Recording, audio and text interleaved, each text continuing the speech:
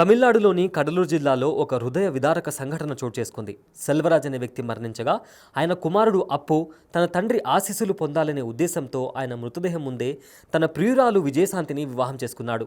లా చదువుతున్న అప్పు తండ్రి మరణంతో కుంగిపోయినా ఆయన కోరిక మేరకు ఈ నిర్ణయం తీసుకున్నాడు. ప్రజెంట్ ఈ పెళ్లికి సంబంధించిన విజువల్స్ సోషల్ మీడియాలో వైరల్గా మారాయి. ఆ విజువల్స్ ఏంటో ఒకసారి చూద్దాం.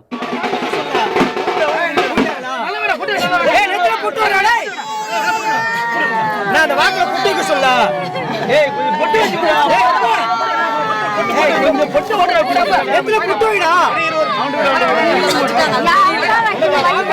அத வச்சிருக்காரு தெரியும் மாஸ்டர்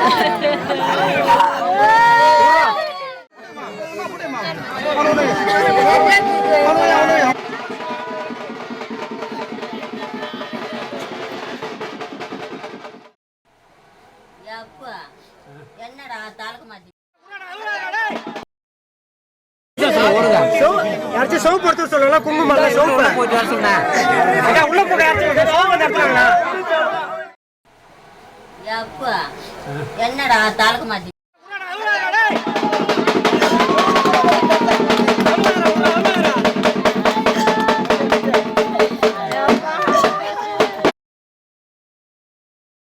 తమిళనాడు రాష్ట్రంలోని కడలూరు జిల్లా కవణై గ్రామంలో ఈ ఆసక్తికర ఘటన చోటు చేసుకుంది.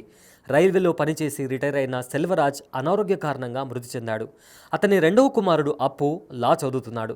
అతను గత కొద్ది కాలంగా విజయశాంతి అనే యువతిని ప్రేమిస్తున్నాడు. వీరిద్దరి విషయం ఇంట్లో కూడా తెలిసింది.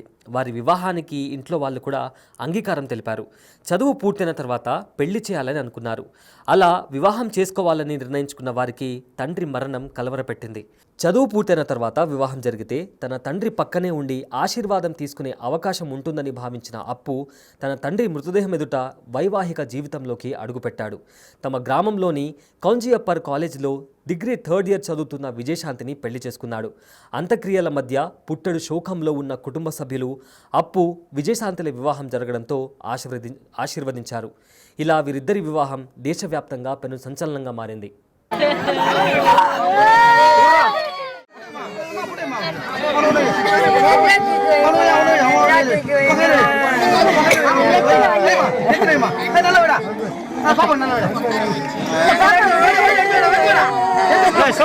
சோப்புக்குண்ணா